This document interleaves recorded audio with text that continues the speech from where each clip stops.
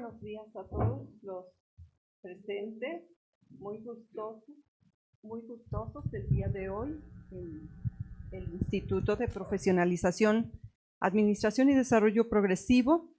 Los recibimos a todos ustedes con mucho gusto.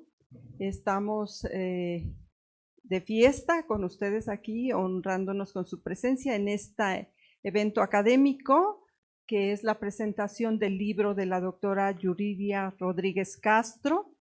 Quiero decirles que atendiendo al ámbito educativo del objeto social del instituto, del IPRODE, es que estamos el día de hoy realizando esta actividad académica, presentando el libro El terrorismo transnacional y del narcotráfico, de la doctora. Este evento tiene como objeto que lo conozcamos y dentro de enmarcar esta actividad dentro de las demás actividades que vamos a tener en días posteriores como preámbulo a nuestras segundas jornadas académicas. El Instituto de Profesionalización, Administración y Desarrollo Progresivo, como institución de educación media superior y superior, tiene como responsabilidad social compartir dentro de sus actividades, compartir con la sociedad sobre temas como el que hoy tratamos.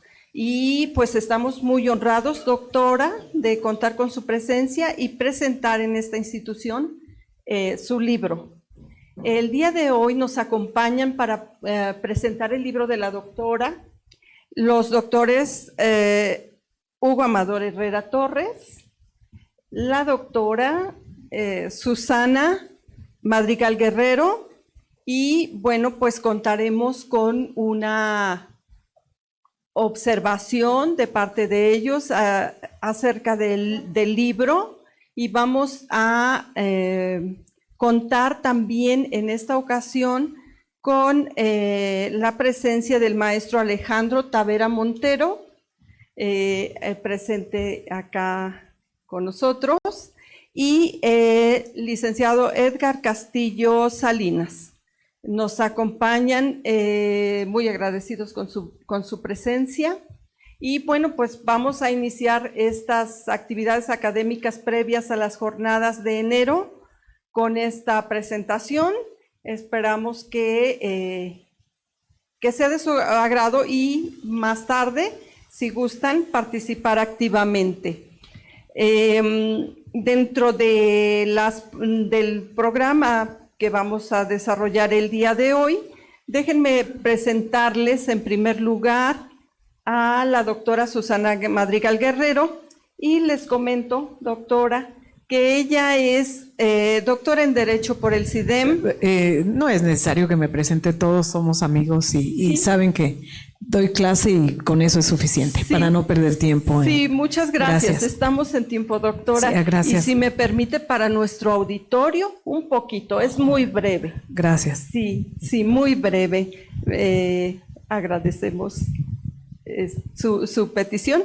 Para nuestro auditorio, para la gente que nos sigue en los diferentes medios de comunicación, la doctora Susana es doctora en Derecho por el CIDEM y candidata a doctora en Sociedad Democrática, Estado y Derecho por la Universidad del País Vasco, investigadora titular C de tiempo completo en la Universidad Michoacana de San Nicolás de Hidalgo, con más de 32 años de experiencia en la docencia en materias de Derecho y Sociología. Solo por mencionar algunas, cuenta con diversos reconocimientos por el programa de estímulos al desempeño del personal docente, acreedora al reconocimiento de perfil deseable PROMEP por la Secretaría de Educación Pública y distinguida investigadora nacional nivel 1 por CONACYT. Muy bien, doctora, gracias por su presencia. Muchas gracias. Gracias a todos, buenos días. Pues vamos primero quiero iniciar agradeciendo a las personas que contribuyeron para que el día de hoy yo pueda participar en la presentación de esta magnífica obra que lleva por título El terrorismo transnacional y del narcotráfico, mensaje terrorista, violencia y derecho penal, aproximaciones a modelos preventivos, a un modelo preventivo, de la doctora, que me honro estar aquí a su lado, en Ciencias Penales y Política Criminal, Yuriria Rodríguez Castro. Comunicóloga de formación en primera línea, con amplia experiencia periodística en materia de seguridad, investigadora en el tema de terrorismo, reconocida como la única especialista en el tema con presencia internacional, quien atinadamente nos está haciendo un llamado para prevenir lo que aún nos falta por venir, de no visibilizar dicho fenómeno y para buscar los mecanismos necesarios para erradicarlo. El libro que hoy me honro en presentar cuenta con 5 capítulos escritos en 241 páginas, muy interesantes. Además, contiene ilustraciones a color, al igual que algunas fotografías que sirven para mayor ampliación del tema. Quizá esta excelente investigación haya sido el trabajo doctoral de la autora, porque contiene toda la bibliografía que existe sobre el tema y además es un riguroso trabajo metodológicamente hablando. En mi opinión, quizá algunos capítulos no son del mismo tamaño. Bueno, si yo hubiera sido su maestra de metodología, le hubiera dicho que tenemos un capítulo con 17 páginas, un segundo con 36, un capítulo tercero con 35 y el capítulo cuarto, que nos hace de verdad aspirar a una verdadera prevención del terrorismo, donde se le puso el mayor énfasis al trabajo. Considero que es el capítulo que contiene la parte nodal del libro, que cuenta con 80 páginas. Para concluir, es decir, yo le hubiera dicho que hubiéramos podido hacer 2 capítulos de ese 80 para que nos quedaran quizá más armoniosos los capítulos de un trabajo de tesis, que no tiene que ver con el libro, porque desde luego que no le resta tantos y tantos méritos a esta excelente obra. Me parece que el mérito de este trabajo es invitarnos a la reflexión sobre el fenómeno terrorista, analizar su estructura, sus múltiples y dinámicas actividades, ya que por el proceso de la globalización o mundialización, ya no sé leer, tecnológica, tenemos una creciente comunicación sin fronteras internacionales, conectando a las sociedades y por ende a las culturas de todo el planeta, situación que nos deja en desventaja al presentarse el terrorismo como un fenómeno transnacional inclasificable y por ende no sancionable.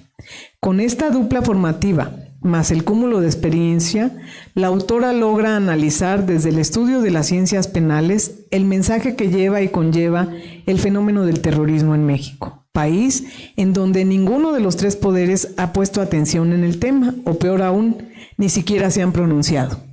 Ojalá funcionara que no reconocer un problema y no hablar del mismo e invisibilizarlo lo desapareciera. Pero por desgracia las cosas no son así, pues la violencia criminal ha trascendido como en ningún otro espacio territorial en estos últimos años.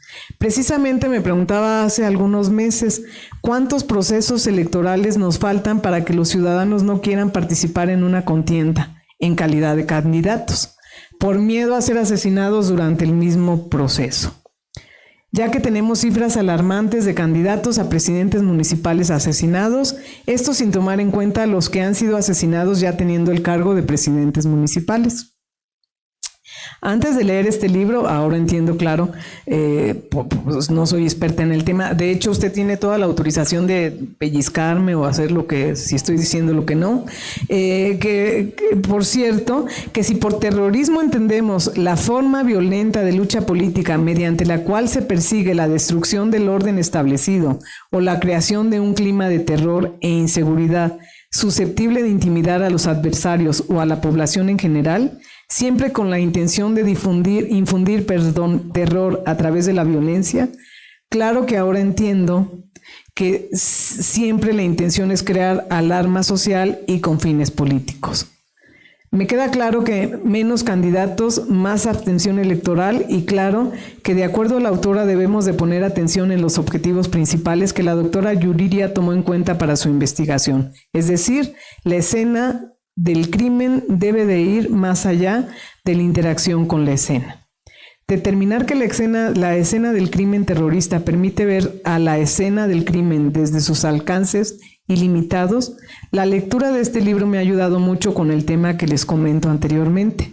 porque hasta ahora entiendo que no solo se trata de matar al candidato o posible candidato, sino sobre todo analizar todo el panorama completo, entendiendo ahora sí todo lo que implica la escena del crimen. Gracias, doctora. Sus conocimientos en comunicación me han ayudado mucho a entender el mensaje, situación que no alcanzaba a percibir. Sin embargo, también debemos comentar cómo se ha ido familiarizando el crimen en nuestro país. Hace 35 años, una bomba en un cinema de Colombia fue un boom. Meses estuvimos aquí en México hablando sobre el tema. Y nosotros los mexicanos dábamos gracias por no ser colombianos. Hoy hemos ido normalizando robos, secuestros, homicidios, en fin, una serie de delitos penales y que, como acertadamente lo escribe la autora, lo leo a la letra, el mensaje criminal del terrorismo dispone del acto de comunicación con un cierto dramatismo consciente y metódico que enmarca un dramatismo también en el discurso. Habrá en esta presentación preguntas para la autora, así pido una disculpa. Si no estoy en lo correcto, ya ella nos aclarará. El tema que yo escogí para poder platicar con ustedes es el capítulo 5, que es denominado Aproximaciones a un modelo preventivo del terrorismo transnacional en México. A mí me llamó mucho la atención. En este capítulo, la autora presenta un modelo para una política criminal preventiva del terrorismo transnacional en México. Para ello, afirma que se requiere de la estructura de un Estado democrático de derecho con nuevas formas que no centralicen el control social, ya que, al hacerlo, ese solo círculo se convierte en autoritario, ineficaz, volviéndose a la vez frágil y vulnerable ante las organizaciones criminales. Por ello, afirma que debe haber un control basado en diversos círculos y que la comunicación es la base para la efectiva estrategia preventiva. La propuesta de la prevención de nuestra autora es tomada de la propuesta de George Herbert Mead. Ambos aseveran que es el objeto social de la comunicación el adecuado para la prevención de fenómenos criminales transnacionales como lo son el terrorismo y sus diversos patrones. El terrorismo en México es un fenómeno que debe prevenirse. Los círculos de control social son una opción para prevenir la proliferación de células terroristas transnacionales. El análisis semiótico del discurso y el contexto es fundamental porque ello lo compara nuestra autora con la escena del crimen o lugar de los hechos, porque es donde sucedió lo ilícito y es para detectar lo microscópico dentro del macrocosmos de la escena global y las redes criminales a nivel internacional. El leviatán del terror, la búsqueda del equilibrio entre el control social, derecho penal y derechos humanos. La autora nos habla sobre la justicia y afirma que se ha buscado como control social el derecho penal y los derechos humanos. En suma y síntesis metafórica de esta búsqueda, la autora menciona a Leviatán de Thomas Hobbes. Afirma que es por medio de la violencia del terror que el Estado intenta mantener el control social. Como ejemplos, la guillotina y otras formas de penas de muerte a lo largo de la historia de la humanidad. Es así que el terror como mensaje se encuentra justificado y forma parte del proceso de control por parte del Estado, a diferencia del Estado terrorista, donde el mismo Estado es el actuante. En este Estado terrorista, el terror funge como derecho de Estado, como un leviatán justiciero, pero concibe la autora que es una respuesta a ese estado de terror que han surgido los derechos humanos. La razón de ser terrorista podría resumirse en retar al Estado en los espacios donde donde el Estado es terrorista y donde detenta la violencia como control social. El leviatán decapitado. El terrorismo transnacional suplanta con su doctrina la crisis política institucional del Estado democrático de derecho en el mundo, sustituyéndolo por una práctica de poder violento como si fuera una garantía democrática, con grupos partidistas controlados, movimientos políticos que tienen medios violentos para llegar al poder y una vez llegando al poder o llegando a él, ya no requerirán imponer violencia porque será su forma institucionalizada de control. Los fenómenos terroristas han separado el derecho de la democracia y la democracia la han convertido en una especie de violencia liberal. Por un lado, el terrorismo transnacional en las expresiones delictivas y por otro, el debilitamiento ideológico de los partidos políticos. El problema no es exclusivo de México. El ataque discrecional y separatista terrorista se ha podido percibir en Alemania, Gran Bretaña, Barcelona, Bélgica y en América, en algunos países como Brasil, Estados Unidos y a través de los actos criminales de comunicación. A partir de que la problemática es internacional, la autora cuestiona ¿dónde queda el derecho penal internacional? Nuestra autora propone para la prevención y combate del terrorismo elaborar un entramado teórico entre el derecho internacional y un fenómeno extremo en sus múltiples formas y presentaciones de violencia en la vida política y en general. Afirma que se ha imposibilitado una definición de terrorismo porque aísla el fenómeno criminal por sus particularidades o se le confunde con otros fenómenos criminales más genéricos, pero el terrorismo se ha instaurado como la amenaza criminal que tiene más variados recursos criminales. ¿Cómo vamos con el tiempo? ¿Vamos bien? Sí, perfecto, gracias. Vamos entonces, para ir concluyendo, a revisar los aspectos generales del modelo de prevención del terrorismo transnacional en México. La autora realiza un gran trabajo ideológico y práctico para prevención del terrorismo, la prevención basada en un primer momento en 12 puntos. Primero, de que la comunicación sea un objeto social adecuado de control social a través del manejo coordinado de significado que forma el contexto interpretativo del acto criminal de comunicación del terrorismo. Número 2, conocer el manejo coordinado del significado permite anticipar las interpretaciones contextuales del acto terrorista. Tercero, la ausencia de control social genera impunidad, por lo que el control social descentralizado es fundamental. Como número cuarto, la descentralización del control social depende de generar diversos círculos de control. Número 5, focalizar los círculos de control social en esferas públicas y privadas, ellas son el objeto adecuado.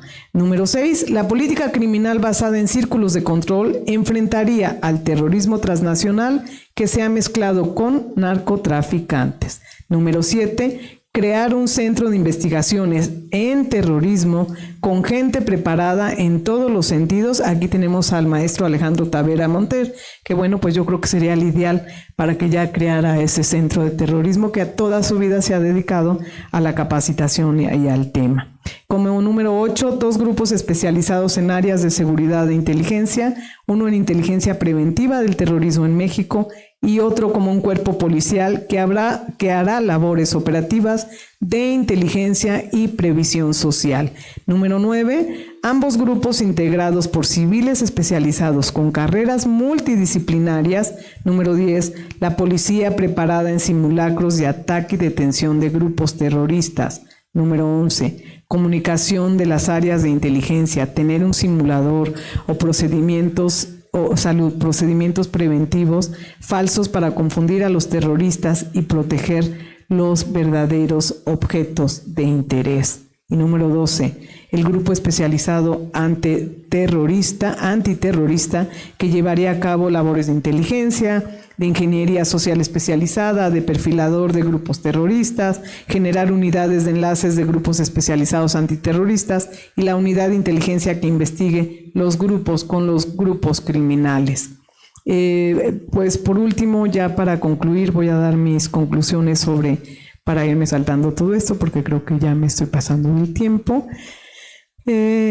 Pues aquí la autora nos habla sobre todo de la prevención, como ya les mencioné en algunos temas, y bueno, la conclusión de esta servidora es que la autora a lo largo del texto critica y demuestra cómo no existe una legislación ni un modelo de prevención del terrorismo transnacional en nuestro país, por lo que nos da un diagnóstico, los posibles escenarios y una propuesta integral de prevención, haciendo de este capítulo un panorama enriquecedor de investigación, argumentación y propuesta viable para la solución de problemas que enfrenta este país, pero que además enfrentará, si no ponemos aquí un alto, cada día más problemas. La autora nos habla de dos momentos del terrorismo en México. Por un lado, la violencia ejercida por el propio Estado a través de la historia para infundir temor en sus ciudadanos, y la violencia entre partidos políticos y los propios cuerpos de poder en el gobierno.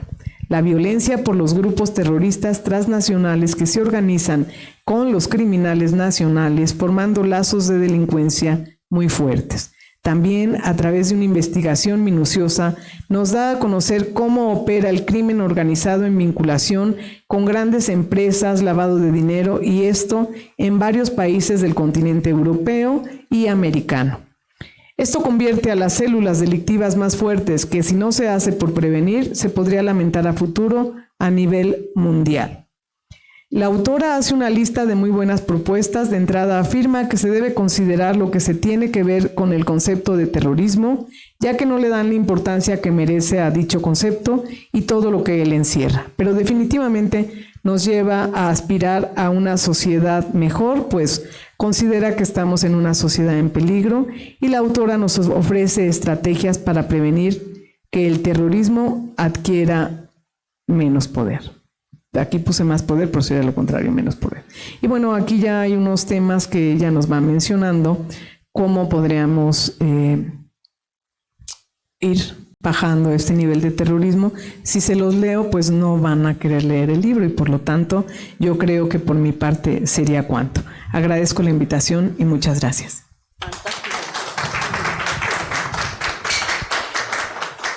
Agradecemos a la doctora Susana Madrigal sus comentarios al libro, y continuamos nuestro programa presentándoles al doctor Hugo Amador Herrera Torres, que nos acompaña aquí a mi izquierda.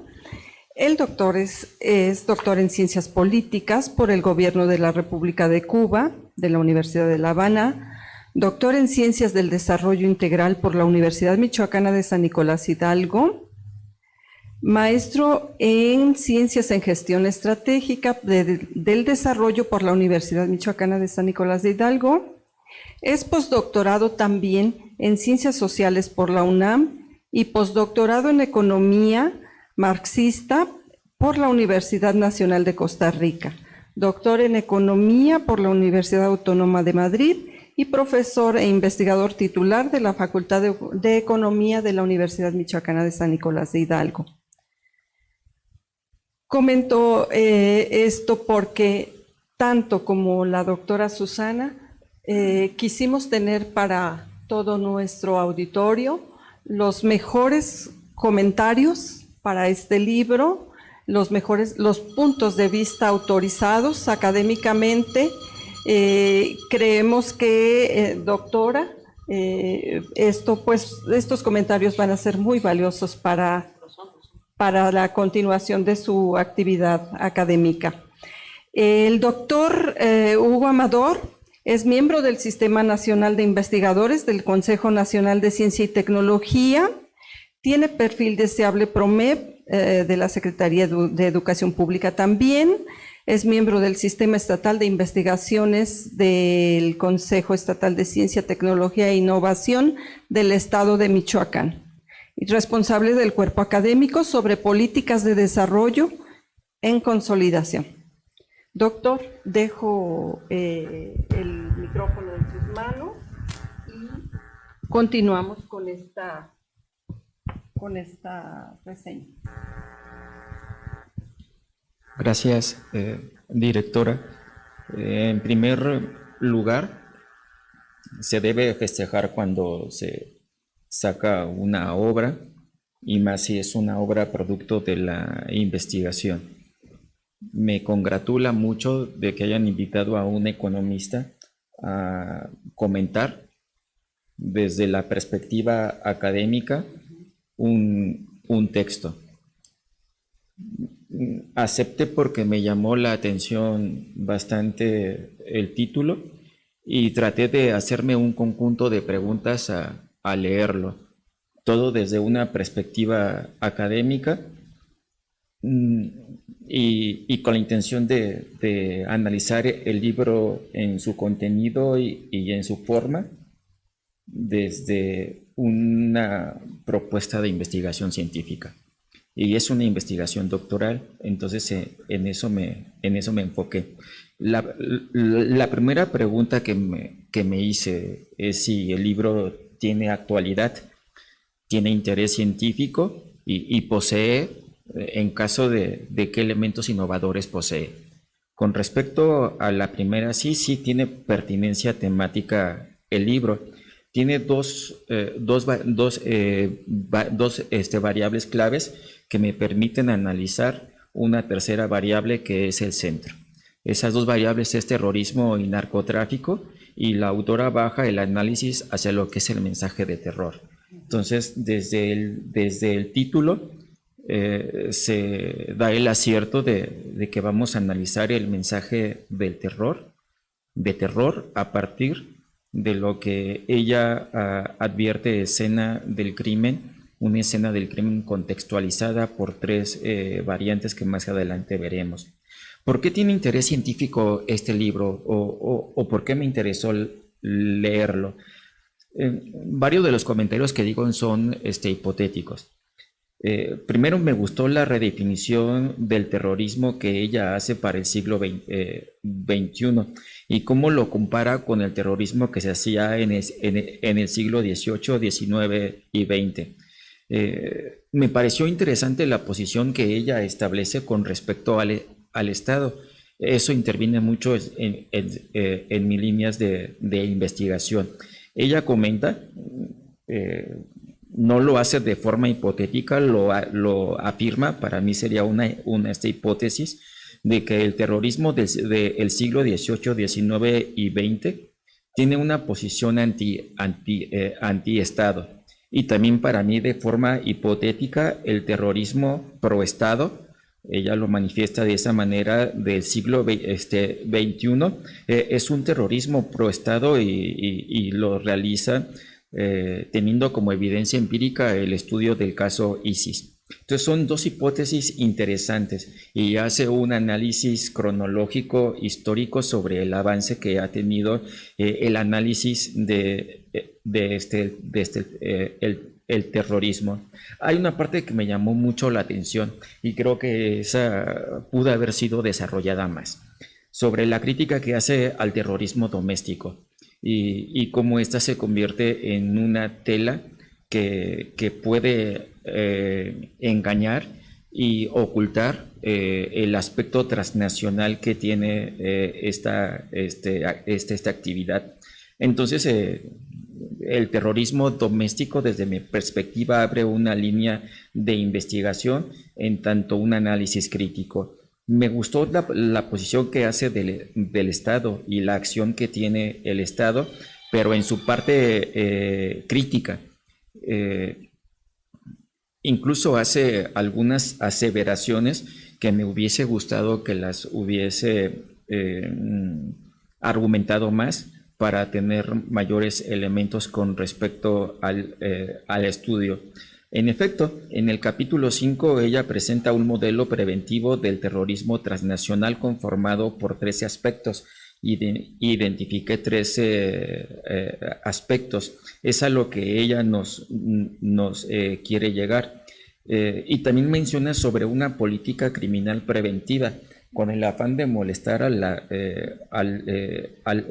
doctora, porque en su propuesta no optó mejor por lanzar una política criminal preventiva y por qué trazar el asunto como un modelo preventivo, puesto que hay diferencia clara entre política y modelo, y creo que académica y técnicamente sería más aceptable manejar una política criminal preventiva sobre el terrorismo transnacional más que un modelo en este aspecto. Eso es solo para ver el debate. También porque resalta interés científico la obra, por las experiencias que ella relata, por las experiencias preventivas del terrorismo transnacional. En la página 222 del capítulo 5, experiencias preventivas, encontró algo y eso reafirma de que es un especialista en el tema e hizo una buena investigación en el estado del arte. Interesante también el asunto de cómo diferencia entre mensaje terrorista y red terrorista.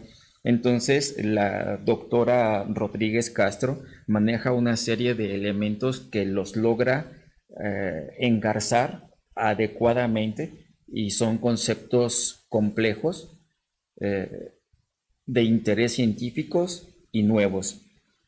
¿Qué elementos innovadores ofrece el texto? ¿Por qué es un texto innovador? Primero, porque estudia el mensaje en la escena del crimen. Es la propuesta que ella nos intenta dar en las 200 y cacho páginas que tiene. Hay unos conceptos que me llaman la atención y son interesantes para los politólogos, para los economistas, para los abogados y en sí para toda aquella persona que desarrolla actividad en el sector público. Ella lo denomina democracia de la violencia. Es un concepto interesante que desde mi perspectiva creo que necesita más desarrollo en el texto y no solo en el texto, sino en las investigaciones académicas que se desarrollan en las universidades. Y lanza una hipótesis bien interesante, nueva. Dice, la relación entre democracia, que son consumistas, y terrorismo transnacional.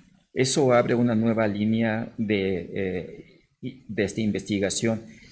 Abre el aspecto para analizar democracia, terrorismo y capitalismo o economía de mercado capitalista con consumismo exacerbado.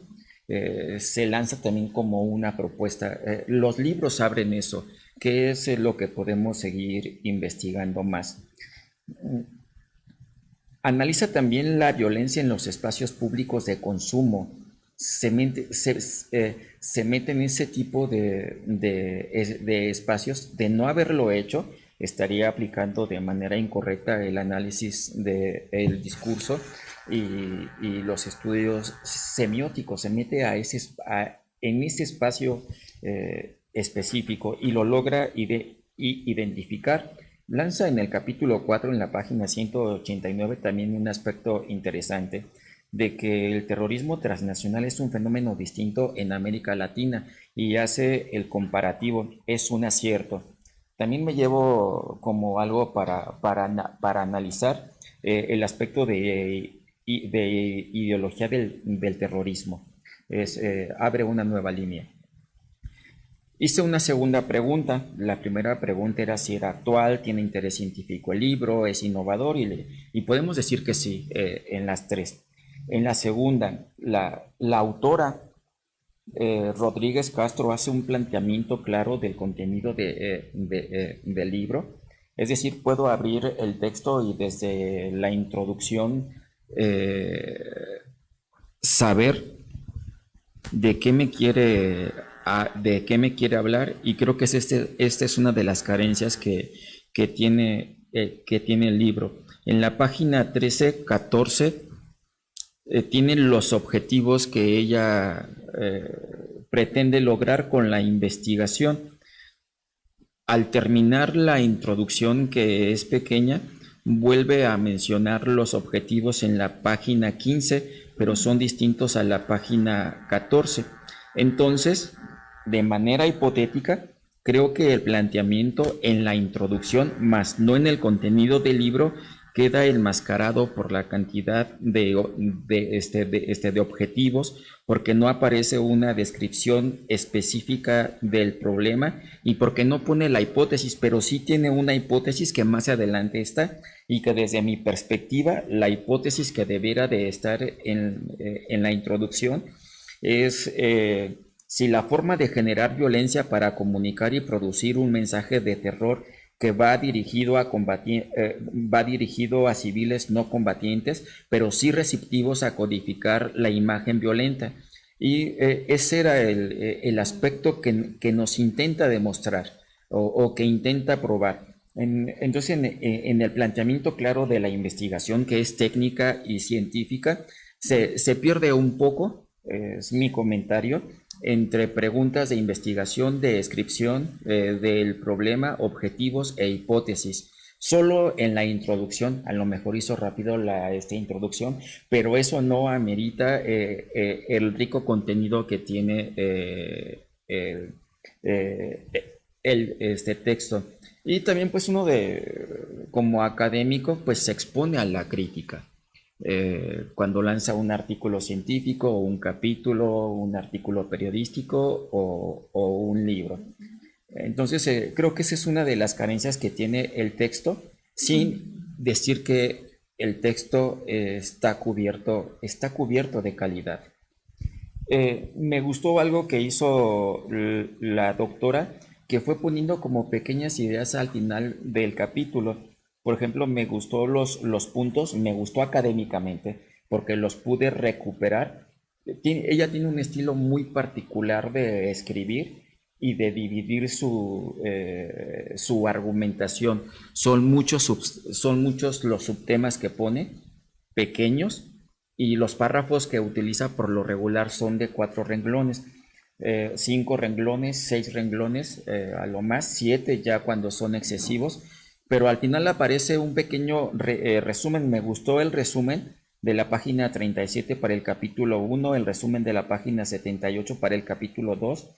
En el capítulo 3 no hay un resumen, pero creo que lo hace deliberadamente por lo clara que es en sus comentarios al cerrar el capítulo. Hay una parte clave en el capítulo 4 que coincido con la doctora. Es un capítulo que debió haberse dividido en 2 capítulos. Es extenso y las temáticas de manera directa sugerían 2 capítulos. En la página 155, la doctora Rodríguez Castro habla sobre generales y operativas. Ahí terminaba el capítulo y ese era el resumen. En la página 228 no hay un resumen del capítulo 5, pero genera las conclusiones generales y finales. Creo que esas ya no estarían dentro del capítulo 5, sino ya serían un apartado distinto, tal como lo fue la introducción. En la pregunta que yo me formulé, número 4, para analizar este texto, que es de calidad académica elevada, sin que eso implica que no tenga deficiencias. No hay una investigación perfecta, por supuesto, y nunca va a existir. ¿Cuál es el estado actual del tema? La autora manejó tanto un marco conceptual teórico adecuado como el estado del arte e hizo una conjugación de ambos para tener un marco de referencia completo. Pues la respuesta es sí. Me encantó técnicamente cuando hace una crítica de que el terrorismo se ha visto como, hasta poner la palabra mera, como una mera categoría política. Y ya ponerla como mera es arriesgado. Y dice, no, pues vamos a verlo desde la criminología crítica. Y lanza una serie de teorías y principios teóricos. No sé si la palabra correcta es principios, tesis, vamos a llamarle tesis. Inicia con el principio de Locard en el capítulo 1.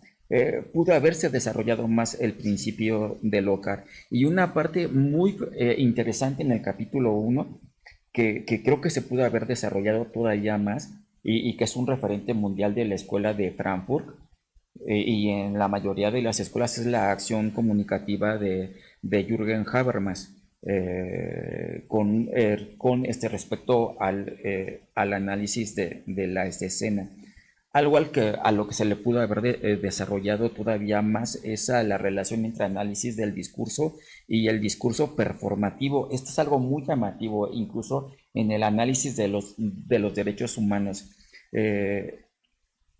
Interpretar el análisis del discurso y aparte ver el trasfondo sobre el discurso performativo, pues lleva hacia el análisis simbiótico como tal. Hubo algo que me encantó mucho sobre un subtema que saca, que se llama México, bandolerismo terrorista o narcoterrorismo, en el capítulo 2. Es un tema que incluso soñé con él. No, en serio, soñé con él.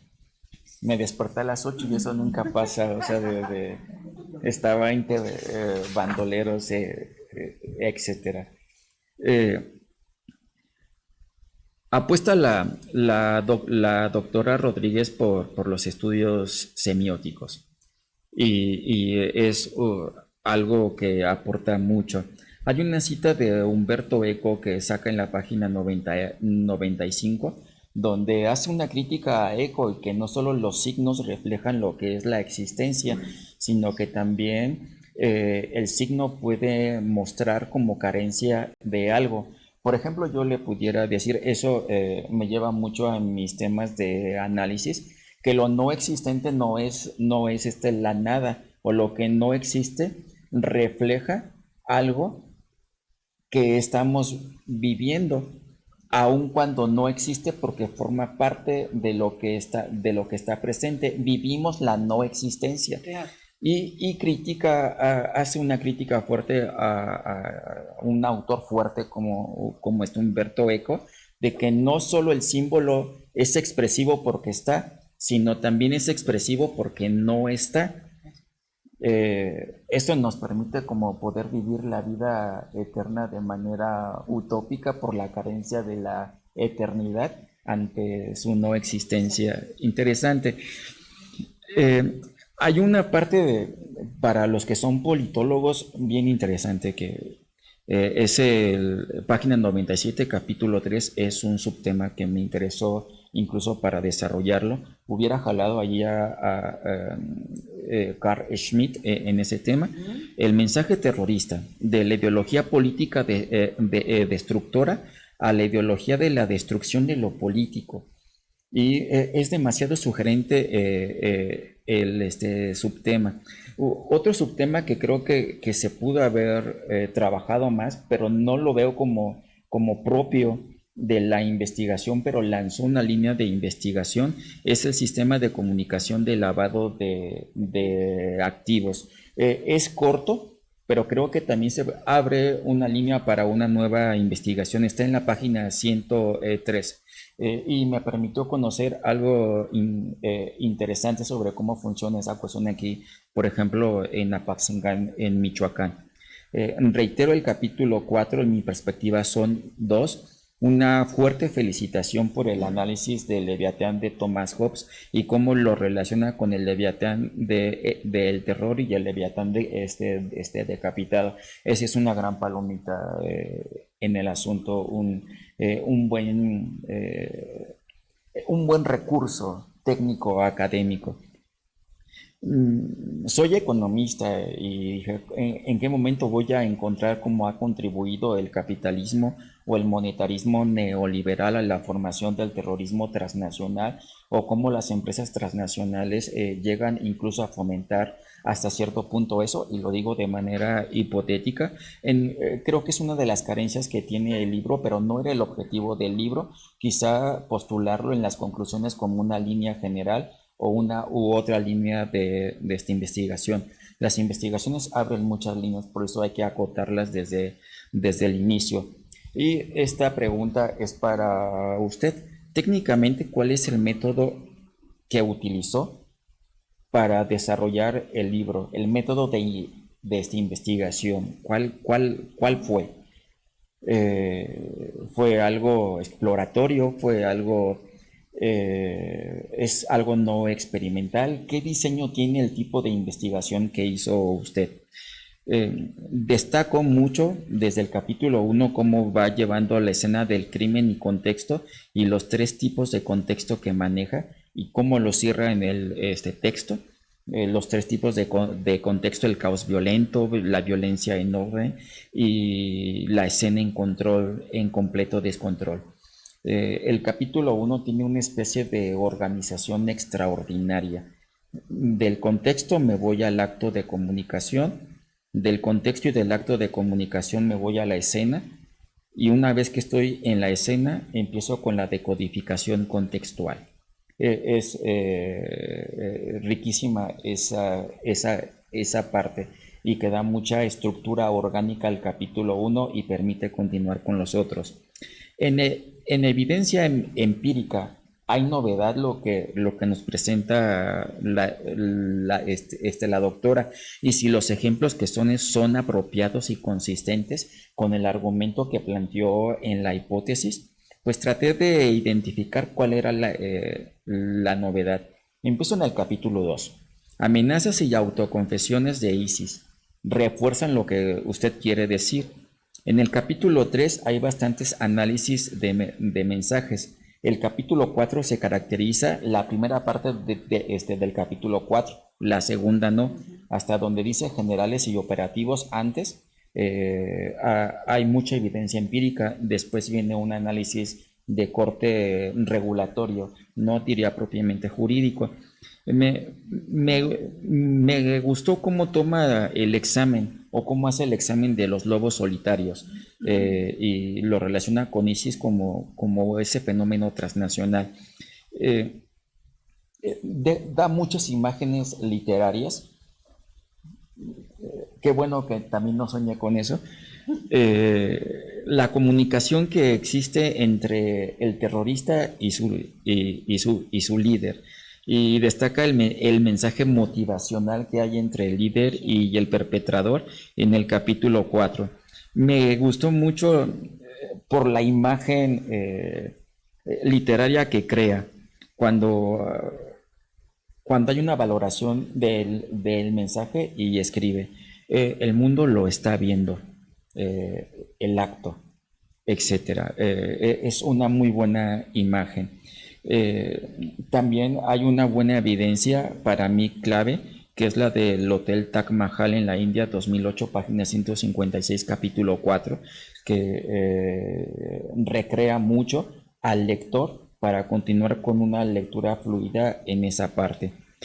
Hay dos líneas más que se generan, doctora, sí, y ojalá las pudiera seguir desarrollando si es su tema de investigación. Una es el terror populista. Sí. Y más para los tiempos que estamos viviendo, y América Latina en este momento está en una primavera de izquierda, izquierda entre comillas, pero así lo pudiéramos denominar, y el ecoterrorismo. Sí. Es otro tema que se debe de llevar al esbozo analítico. Por último, pues es buena la exposición que usted hace, el lenguaje utilizado es pertinente y la forma en que está redactado es ameno. Resulta coherente la estructura orgánica del texto, sí, solo reiterando que para mí serían 5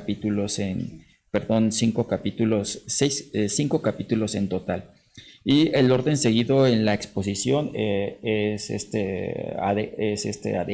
adecuado. Creo que en la introducción, además de la hipótesis, hubiera sido oportuno manifestar el método de investigación hecho. Hay algunas afirmaciones que usted hace que serían interesantes justificarlas. Sí. Hay una que se me hizo bien peligrosa y bien rica. Es en la página 3. Dije, continúo leyendo el libro cuando vi esta parte. Va, y es párrafo 1. Dice, cualquiera lo ve, menos las autoridades que se niegan a observar este fenómeno como algo que forma parte de la tradición y la vanguardia criminal en México. Va una cita o un comentario de algún funcionario relacionado con este tema, enseguida de eso era la comprobación exacta. Sí. O encuentro otra en la página 20 que bueno, se da una estima. Y bueno, usted aquí hace una crítica rica a Lockhart y se pudo haber desarrollado más como pie de página o como otro tema. Lockhart define la escena del crimen como equivalente de un lugar de hechos, el cual con la práctica criminalística se amplió a una separación entre el lugar de hechos y lugar de hallazgos, pero no se logró avanzar más en la teorización del concepto. Sí. Quedó corto. Entonces era seguir desde mi perspectiva explicando esa parte. En conclusión, del análisis hecho al texto, el libro es aceptable, 100%. Es un trabajo de alta calidad académica, bueno, y solo se precisa subsanar algunas deficiencias de las cuales todos los trabajos académicos las tienen. Reitero, no hay ningún trabajo académico perfecto, ni literario ni académico. Ni 100 años de soledad es perfecto, ¿no? Por supuesto. Ni los cuentos de Pedro Páramo o El llano en llamas son exactos. ¿Ok? Entonces, enhorabuena, doctora, y es un buen texto para el análisis. Y despierta tanto en lo técnico y está cubierto de muchas imágenes literarias que llevan a los sueños a veces, y no es un tema que uno quisiera soñar. No. De hecho, enhorabuena, doctora. Gracias.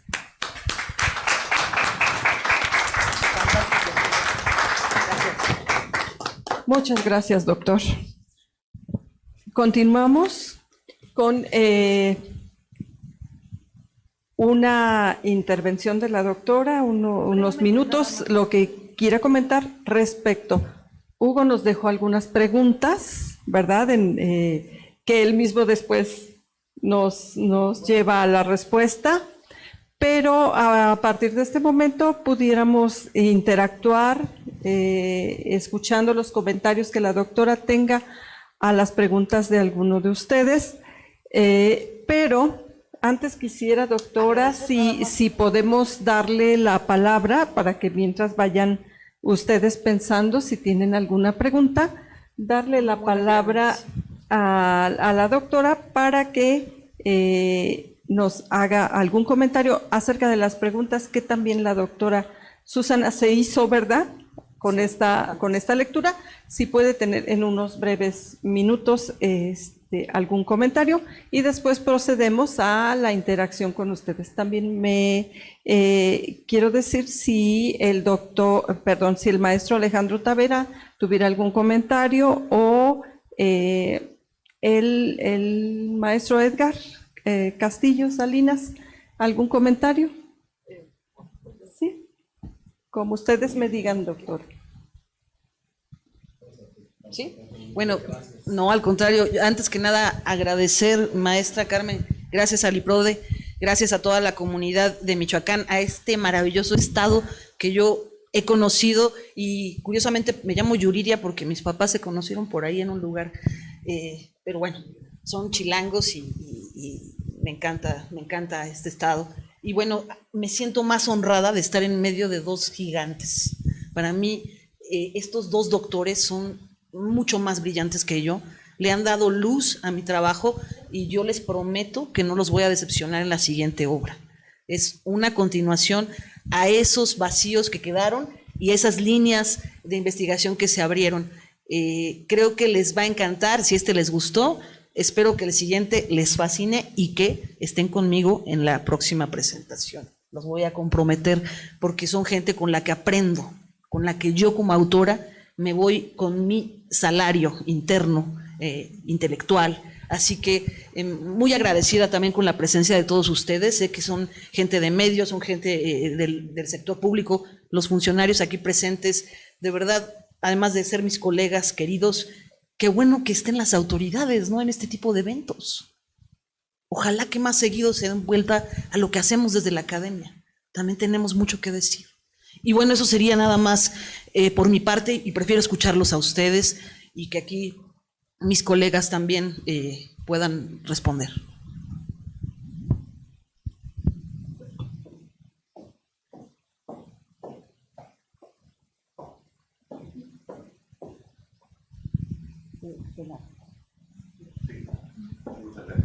Doctora, muy buenos días. Arturo Molina, de La Voz de Michoacán. Yo quiero preguntarle sobre el tema, el concepto mismo de terrorismo y su opinión sobre el caso Michoacán. Es bien sabido que aquí el 15 de septiembre del 2008, pues dejamos de escuchar el concepto y las noticias de terrorismo en Irak, en Medio Oriente o en Latinoamérica, como era en Colombia, y tuvimos aquí el primer atentado, podríamos calificarlo así, el primer atentado terrorista aquí en la Plaza de Armas. Su opinión sobre el caso Michoacán, porque a más de 15 años de este atentado, incluso pues seguimos teniendo actos de narcoterrorismo. Apenas hace un par de años tuvimos 17 colgados, por ejemplo, en un puente de aquí de Uruapan. Actos prácticamente todos los días que evidentemente tienen un mensaje de violencia entre los grupos delincuenciales. Su opinión sobre el caso de Michoacán y sobre todo el tema de impunidad, el tema del narcoterrorismo y el terrorismo en Michoacán, doctora. Gracias. No, gracias a ti, Arturo, y gracias a La Voz. Bueno, sí, definitivamente a mí me tocó además estar, ¿no? Yo llegué al lugar de los hechos ese día y les quiero decir que ese evento me marcó para escribir este libro, para dedicarme a la investigación de este tema, porque yo era mucho más joven, no soy tan vieja todavía, y me tocó venir y me marcó definitivamente, creo que a mi generación, el 11 de septiembre, y en México, los que somos de México, el evento ocurrido terriblemente, la tragedia en la Plaza de Armas ese 15 de septiembre, es una marca que no debemos borrar, y eso es bien importante. El mexicano es muy desmemoriado, las autoridades son muy desmemoriadas también. Por eso hay impunidad, porque hay corta memoria. Y en el derecho, en la ley, en la justicia no puede haber corta memoria. Necesitamos recordar año tras año que esto ocurrió, y no solo con un minuto de silencio, sino avanzando en la investigación, dando realmente en el punto, porque yo esa vez que llegué había muchos heridos, ¿sí?, de los cuales no se les dio seguimiento y que terminaron en los hospitales con daños para siempre, ¿sí?, pérdidas de extremidades. ¿Dónde están esas víctimas colaterales? ¿Dónde está la sociedad michoacana indignada? Eso es lo que yo quisiera saber. Y bueno, por mi parte, en México creo que tenemos un problema muy grande, ¿no? También, en vez de decir terrorismo, decimos granadazos. En vez de decir terrorismo, decimos culiacanazo, ¿no? En vez de decir terrorismo, decimos Michoacán, o decimos colgados, decapitados, descuartizados, pues como si fuera un asunto de una guerra florida en la época prehispánica, ¿no? No hay nada que nos debe enorgullecer de eso, ¿eh? Esa exhibición extrema de la violencia en cualquier país del mundo es terrorismo, menos en México. Es increíble a lo que hemos llegado, de verdad. A mí eso me preocupa como persona, primero que como académica, y me compromete. Y yo lo he dicho en cada foro, así como cuando ocurre un virus como el que acabamos de vivir con el COVID, toda la comunidad científica se unió para encontrar un remedio. El gran virus del terrorismo y del narcotráfico también tendría que ser combatido por toda la comunidad científica en lo social, economistas, juristas, todos tendríamos que estar concentrados en prevenir y combatir la violencia criminal, porque es nuestro gran padecer. No veo esa unidad. Hay impunidad. Salvo por excepciones. ¿Impunidad total en el tema del terrorismo? Impunidad, cerrazón, temor, omisión, silenciamiento.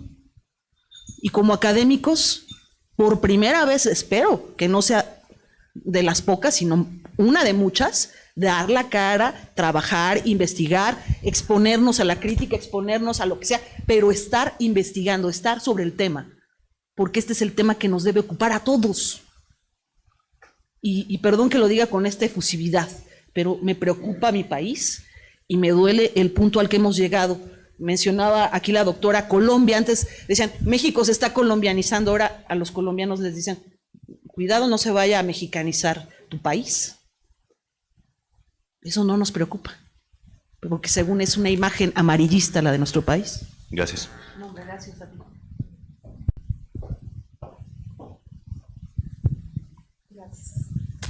Gracias, doctora. Yo veo, no sé si lo considera usted así, que se está normalizando también, porque, bueno, vemos actos que se disfrazan de protesta, la quema de automóviles por medio del magisterio de los normalistas, de campesinos, que bueno, o sea, es su forma de demostrar su desesperación ante una falta de respuesta de autoridades o supuesta falta de respuesta de autoridades. ¿Qué tanto también esto nos lleva a terrorismo como lo está planteando usted, como lo está investigando y que se está normalizando? Bueno, yo voy a decir algo muy breve, pero me gustaría también que mis colegas, porque ellos tienen mucho que decir. Yo nada más decirlo, hay grupos que son también de choque, ¿no? Ahora, lo que hay que saber es qué tanto se está experimentando con este país, ¿no?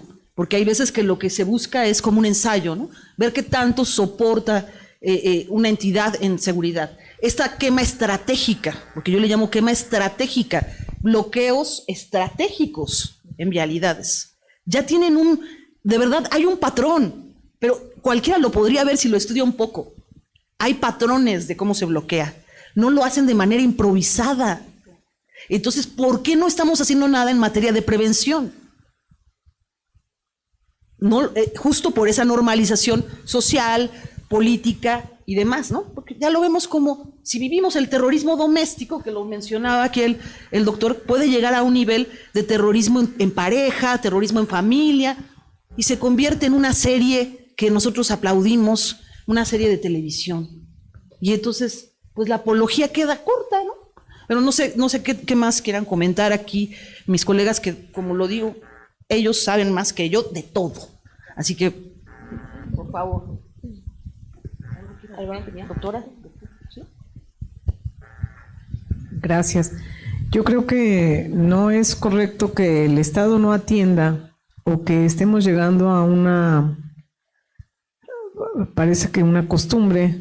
Ahora veo que si hay una chica desaparecida o no se ha hecho justicia con algún homicida, pues a mí me parece que no es lo correcto que la familia y sus amistades y sus vecinos, lo que ahora es que cierran calles o tienen que hacer un tipo de marcha, y que también se está normalizando, pareciera ser que tienen que ser los medios de comunicación como si fuese un cuarto poder, quizá lo son. Y este tipo de marchas o cierre de calles o este tipo de actividades que hacen los familiares de algún desaparecido o alguien que quiere justicia, tuviera que ser a partir de este tipo de movimientos. A mí lo que me llama la atención es que todos lo sabemos, o creo que casi todos lo sabemos, diría el doctor que nos acompaña, habrá que argumentar y justificar mi dicho, el por qué, si están hablando de una manifestación de feministas, por qué llegan el montón de personas que no son mujeres, vestidas de negro o vestidos de negro, a hacer este tipo de quemas y manifestaciones. Este tipo de grupos o grupos de choque, por desgracia, y me tocó vivirlo porque vengo de la Universidad Michoacana, soy de la Universidad Michoacana, pero aparte trabajé 20 años en la universidad, no en lo académico, también en lo administrativo, y por desgracia veo que muchos de nuestros alumnos de casas del estudiante son llamados a este tipo de movimientos sin tener idea de lo que son o a lo que van. Es decir, no les vamos a dar esto, o si no te paso lista allá, y muchas veces ellos cuentan, porque son mis alumnos, que no saben ni a dónde iban ni por qué iban, pero por desgracia, y bueno, pues esto es que también la política seguramente en algunos momentos es así, muchos de los casos que habían sido llamados era para hacer el foco de los periódicos, de los medios de comunicación, y que la sociedad perdiéramos un medio de distractor por otra cosa que estaba ocurriendo. Entonces, este es un abanico de posibilidades. Todos estos acontecimientos, pues tendríamos que ir analizando de uno en uno, porque lo que hacen los normalistas muchas veces son por instrucciones de otras personalidades. Entonces, creo que cada cuestión lo tendríamos que ir revisando, pero el problema es que pareciera que ahora tenemos que tener un movimiento así para que los medios de comunicación estén presentes y la autoridad, o si yo quiero justicia, pues se haga justicia. Y eso no debe de ser, porque ¿en dónde queda mi derecho de libre tránsito y en dónde queda el derecho de los ciudadanos cuando por encontrar a una chica desaparecida, pues están cerrando una carretera? A mí me parece que es todo un abanico de posibilidades, pero también creo que ya se tiene que legislar, porque se está atentando. Recuerdo los normalistas con los trenes o el tren por Uruapan, ¿no? Pues son miles de pesos los que se están perdiendo o normalistas o maestros, creo que fueron maestros, en el entendido que tienen todo su derecho a su salario, pero también habría que ponderar en estas decisiones de derecho que estamos perdiendo más. Y creo que se tiene también que legislar, porque tampoco se vale que en un Estado de Derecho paguemos unos por la justicia o el derecho de otros. Muchas gracias. Sí. Es una pregunta compleja y no tiene una respuesta lineal. De manera concreta, mirar primero la tipología de movimientos sociales. No es lo mismo un grupo de choque que un movimiento social de campesinos con demandas justas. Sería prudente hacer la identificación y no normalizar esto ni categorizarlos como igual. Punto 2, veo el asunto desde el otro lado y más bien identifico deficiencias en dos partes. En las mismas instituciones, es decir, un marco regulatorio caduco con respuesta a las exigencias y a la problemática social, y también un gobierno inoperante en cuestión a la resolución de conflictos con políticas fallidas, etcétera. Entonces, por eso es complejo y no existe una solución de manera directa, única. Creo que lo que más se puede invertir son palabras generales con respecto a eso de por dónde atacar el asunto, pero más bien veo políticas fallidas, respuestas fallidas y grupos de choque sin extender esa palabra para todos los movimientos. Complejidad.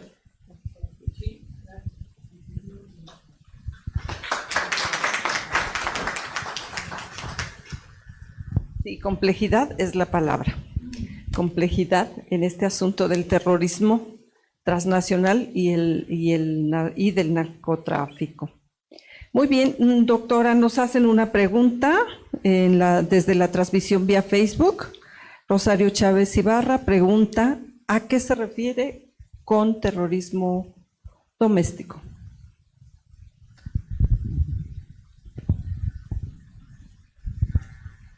Muchas gracias. Bueno, el asunto con terrorismo doméstico es un concepto que tiene como un apellido, ¿no? El terrorismo es el gran concepto que puede ayudarnos a entender, desde mi punto de vista, los fenómenos criminales posmodernos o globales, ¿no?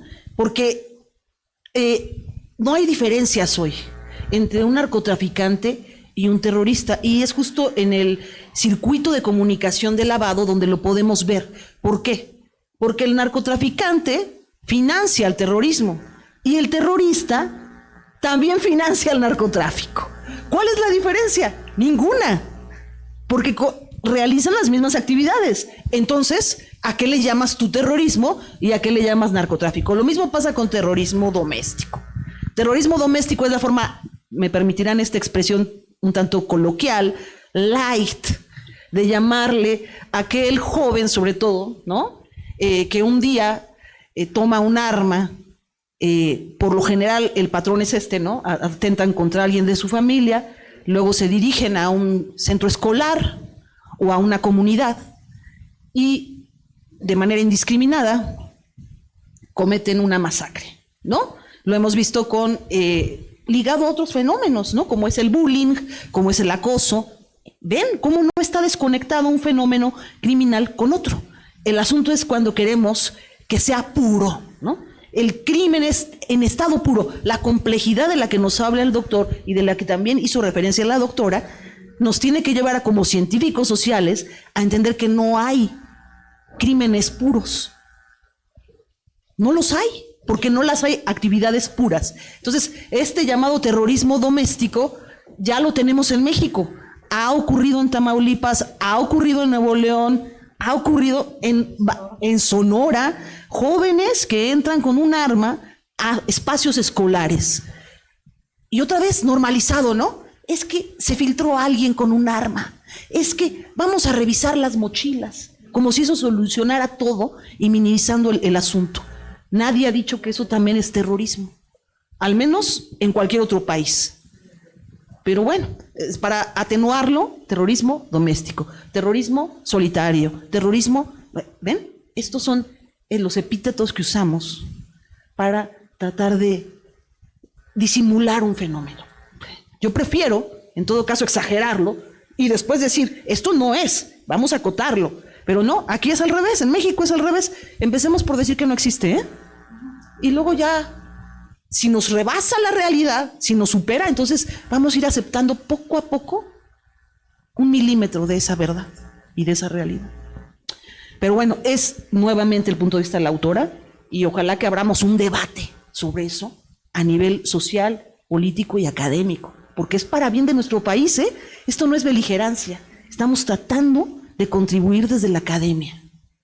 Pues eso sería por mi parte, no sé, ¿alguien más quiera comentar algo?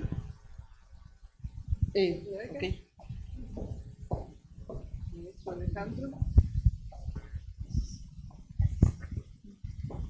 Cuando escucho el título de esta obra que habla de terrorismo transnacional, me es imposible no traer a mi cabeza el papel de Estados Unidos en México. O sea, ¿en qué momento llegamos al que es tan grave la situación de México en el que Estados Unidos tiene que venir a intervenir en muchas cuestiones? Hemos leído múltiples noticias, pero quiero saber más su opinión sobre eso, porque podríamos hablar de un fenómeno transnacional, pero también para mí suena también en una intromisión en la soberanía nacional. Entonces, su opinión sobre ese tema.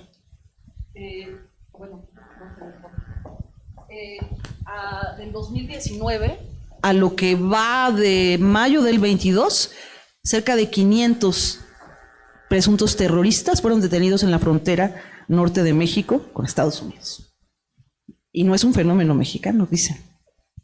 En el libro puedo se refiere ahí la existencia de células de terrorismo transnacional en México. O sea, no hablemos solamente del narcotráfico mexicano con esta variante terrorista, porque siempre dicen narcoterrorismo, también para decir, ay, mira, son los narcos que se portan mal. No. O sea, aquí en México, Hezbollah, ISIS, Al-Qaeda, han estado con visión operativa, con visión estratégica hacia Estados Unidos. ¿Por qué no atacan México? Porque es un buen hotel. Perdón que lo diga, es un buen hotel. Desde aquí pueden planear sin que nadie los moleste. Tú no vas a atacar el lugar donde te hospedan. Esperemos seguir siendo buenos, buenos huéspedes, porque si no, muy hospitalarios, yo creo, ¿no? Ahora resulta que somos tolerantes con este tipo de personajes, ¿no? Entonces, bueno, esa es una parte. Por otra, definitivamente nuestra relación con Estados Unidos va a ser ineludible. Toda esta historia está inundada de nuestros compromisos en materia de seguridad y no los vamos a poder evitar. Yo creo que en ese sentido, mira, voy a ser antisoberana a lo mejor en mi discurso, pero la soberanía en materia de seguridad, primero es la seguridad. Y a nivel seguridad transnacional, la seguridad del mundo está por encima de la seguridad de lo que consideras local y nacional. Porque el terrorismo nos afecta a todos. Entonces, tienes que colaborar, tienes que participar y no hacerle feo a la DEA, porque ellos están aquí, siempre han estado y no se van a ir. ¿Sí? Entonces, mejor hay que participar, colaborar, trabajar juntos, porque nos conviene también. Si no, un día nos van a dejar solos y te aseguro que ahí sí vamos a acordarnos de que tenemos Estados Unidos juntos. Entonces, cuando nos conviene, también tenemos este discurso acomodaticio, ¿no? Donde nos conviene tener a Estados Unidos de aliado, pero a veces, no, qué feo tener a Estados Unidos cerca. Eso no, esa es para mí una política muy hipócrita, perdón que lo diga. En materia de seguridad, la seguridad es primero, porque la soberanía viene con la seguridad, si no, no va a haber nunca soberanía. Es mi punto de vista, ¿eh? Es una visión transnacional e internacional de la seguridad, no una visión local.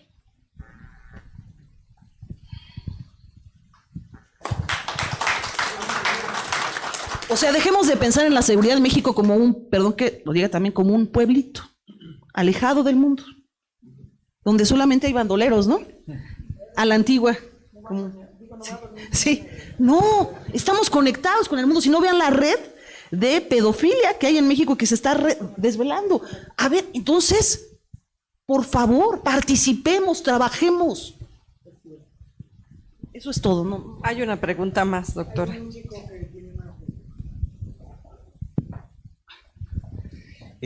Respecto a algo que estaba comentando la doctora Susana en cuanto a su reseña, algo me llamó mucho la atención que creo que se menciona en el libro también, que precisamente a lo largo del tiempo hemos visto cómo el Estado también se ha involucrado con este tipo de cuestiones delictivas. en cuanto a la impunidad, en cuanto a que gobernadores o lo que sea se les han demostrado los nexos que tienen con el narcotráfico y este tipo de cuestiones. Yo en mi posición temprana, por ende no absoluta, pero de minarquista, para mí el Estado nos ha fallado. El Estado, si le otorgamos más, ¿cómo le vamos a otorgar más poder coercitivo al Estado que favorece o protege estas cuestiones delictivas?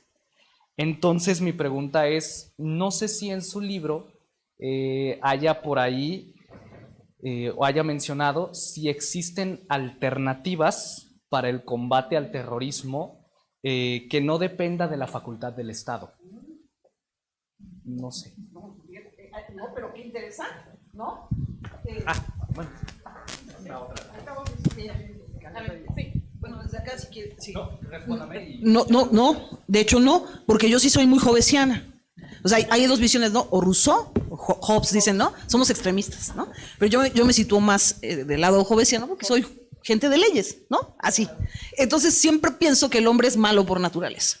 Y los que están con Rousseau dicen, no, el hombre es bueno por naturaleza, se vuelve malo con el tiempo. Entonces, el asunto aquí es que yo considero que el Estado debe ser, y hasta ahora, es el único modelo probado para lograr el control social.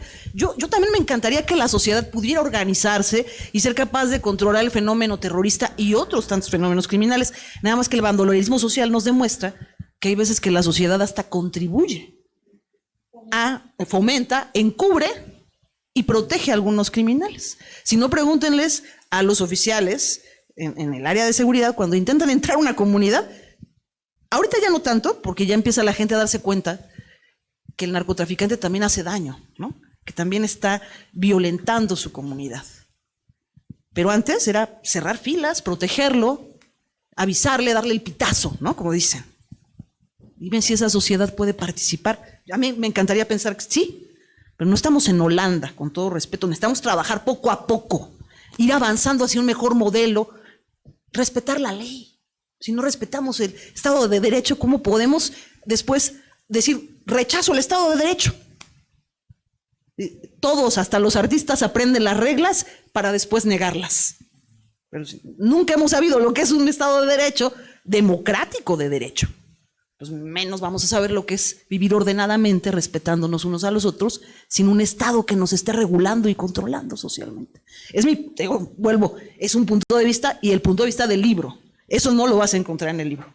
Pero lo que sí vas a encontrar es esta importancia que tiene el ver los fenómenos vinculados, narcotráfico con terrorismo, eso sí, y que somos un país, desgraciadamente, de primer mundo en lo criminal. Y si nos queremos ver como un país de quinto mundo en lo criminal, ahí está nuestro problema de enfoque. Una última pregunta, rapidísima. Relacionado, de hecho, a lo que preguntó mi compañera. Me parece, no sé si fue en 2019, pero entonces, relacionado a lo de Estados Unidos y la intervención, la soberanía de todo esto... Lo que dices del narcotráfico, ¿verdad? Ajá.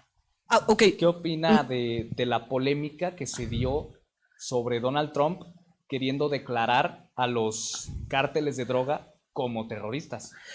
A ver, bueno, es que volvemos, el tema de argumentación es válido. El problema es la posición política y el uso político que se le está queriendo dar. El populismo terrorista, ¿no? Que está por enfrente. O sea, es una visión de voy a señalar al enemigo, que por cierto hay un tema jurídico, ¿no? Sobre la relación con el enemigo. Elegir a tu enemigo. Es fundamental en materia jurídica y en materia política. Yo pienso que esa fue la intención de Trump, mas no quiere decir que esté errado al señalar a estos grupos. Y te voy a decir por qué. A ver, el narcotráfico, y lo vengo a decir en dónde, ¿no? Bueno, ya pasó mucho tiempo. El presidente Lázaro Cárdenas del Río firmó un decreto para permitir el cultivo de amapola en México. Y el documento es público. Quiere decir que México firmó ese acuerdo con Estados Unidos, fíjate, para ser sus cultivadores y enviarles la amapola a los Marines. Segunda Guerra Mundial. Dato, dato histórico comprobado. No es mi dicho. Estoy argumentándotelo. Entonces, ¿tenemos un narcotráfico separado del Estado? ¿Separado de la política? No. El narcotráfico en México surge del Estado. Ups, perdón. Esa es la diferencia con Colombia. ¿Ya? Y con el resto. ¿Son equiparables los grupos terroristas con grupos de narcotráfico? Ya lo dije hace rato, la única diferencia es que ellos dicen que son narcotraficantes, pero en realidad ve a los narcotraficantes cometiendo actos terroristas y a los terroristas traficando con drogas. Entonces, más bien es cómo ahora sí que en qué momento los estés deteniendo, ¿no? Esa es la única diferencia, pero en actividades hacen lo mismo.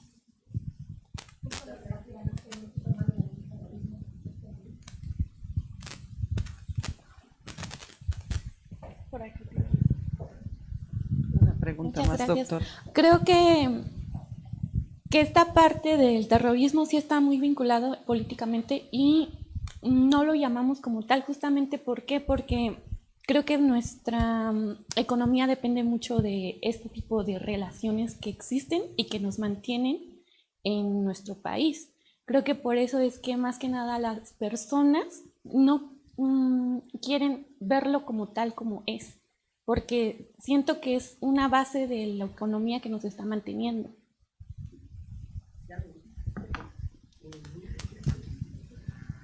Muy bien.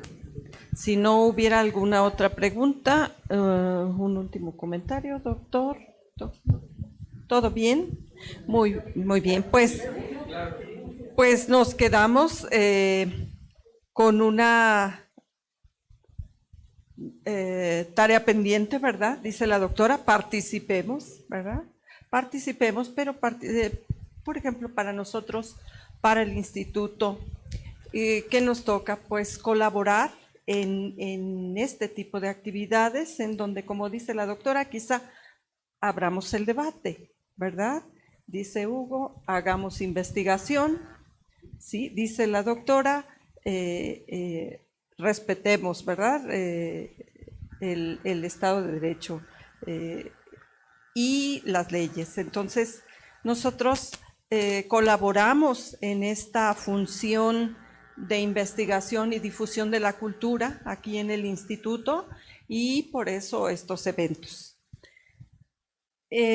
Una vez que parece ser que ya no hay más preguntas por aquí, en los diferentes medios en internet tampoco, ¿verdad? Lo hay ya más.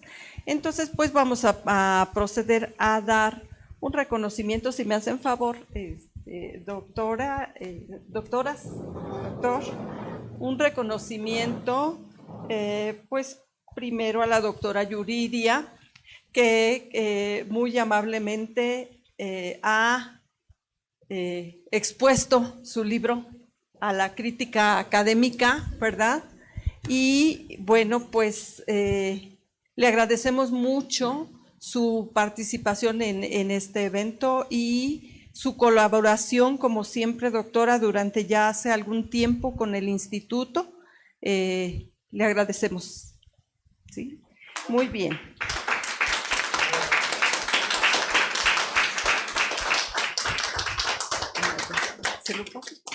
A la doctora Susana Madrigal Guerrero también le damos una constancia por su participación como presentadora de este libro, El terrorismo transnacional y del narcotráfico.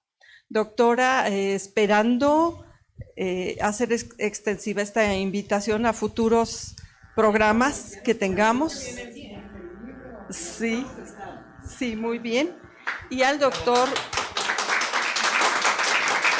Hugo Amador Herrera Torres, también su participación como presentador de este libro. Le agradecemos y esperamos contar con su presencia en futuros eventos académicos. Muchas gracias a todos ustedes por su presencia. Ya. Sí, claro.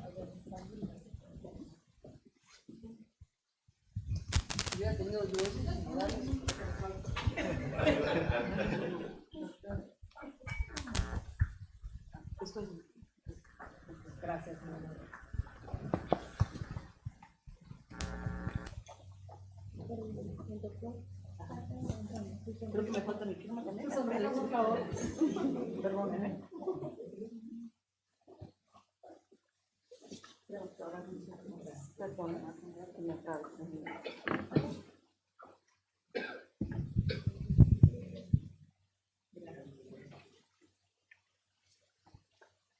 Muchas gracias a todos ustedes.